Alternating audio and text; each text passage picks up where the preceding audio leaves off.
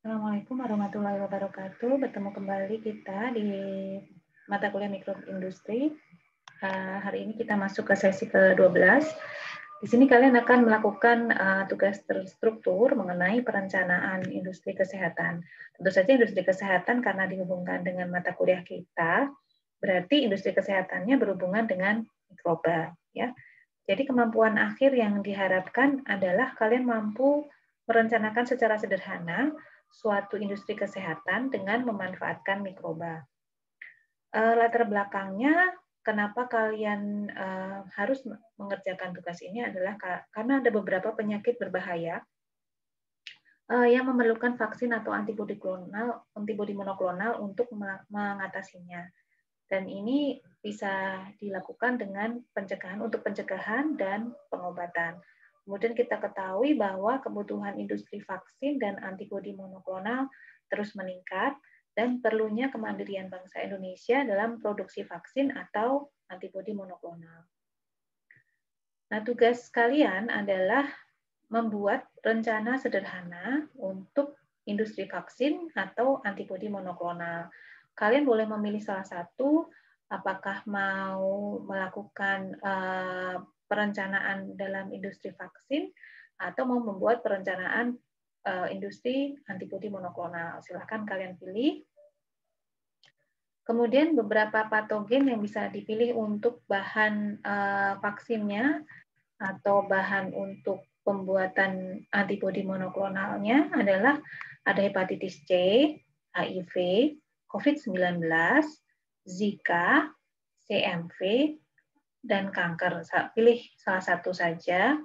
Nah, kankernya ini bisa kanker apa saja ya, mulai dari kanker yang diakibatkan oleh hormonal atau virus atau memang karena ketidakseimbangan apoptosis dengan pembelahan sel ya, terserah nanti kalian boleh memilih ya dari beberapa patogen maupun penyakit kanker. Hal-hal yang perlu dituliskan dalam perencanaan kalian adalah satu, target mikroba patogen atau penyakit yang akan dilakukan pencegahan atau pengobatannya ya. Kemudian alasan mengapa diperlukan vaksin atau antibodi monoklonal untuk mengatasinya, mengatasi penyebarannya atau untuk pengobatannya. Bagaimana kondisi pasar saat ini? Ya, yang ketiga, apakah masyarakat sangat memerlukan vaksin atau antibodi monoklonal tersebut? Ya. Kemudian yang keempat, bagaimanakah prediksi kalian untuk keberlangsungan produksi vaksin atau antibodi monoklonal yang kalian rencanakan? Ya. Jadi nanti kalian akan membuat suatu perencanaan misalkan untuk vaksin COVID-19 ya. Kemudian mengapa kalian mengapa menurut kalian diperlukan vaksin atau antibodi monoklonal terhadap penyakit ini? Kondisi pasar saat ini seperti apa ya? Dituliskan dengan runut. Kemudian yang kelima, apakah ada pihak-pihak yang perlu kalian gandeng atau kalian ajak untuk bekerja sama dalam proses produksi vaksin atau antibodi monoklonal ini? Bisa dari pemerintah atau pihak swasta atau pihak yang lain ya. Kemudian yang keenam, alur produksi vaksin atau antibodi monoklonal yang akan dilakukan. Misalkan karena ini menggunakan mikroba, maka kalian harus dapat menggambarkan bagaimana produksi vaksin atau antibodi monoklonal yang menggunakan mikroba ya, apakah mulai dari kulturnya, pemilihan strain-nya dan lain-lain. Nah, catatan untuk tugas kali ini, yang pertama tugas dilakukan secara individu, kemudian tugas dapat dituliskan secara langsung di e-learning atau di-upload dalam bentuk Microsoft Word, kemudian di-upload di e-learning.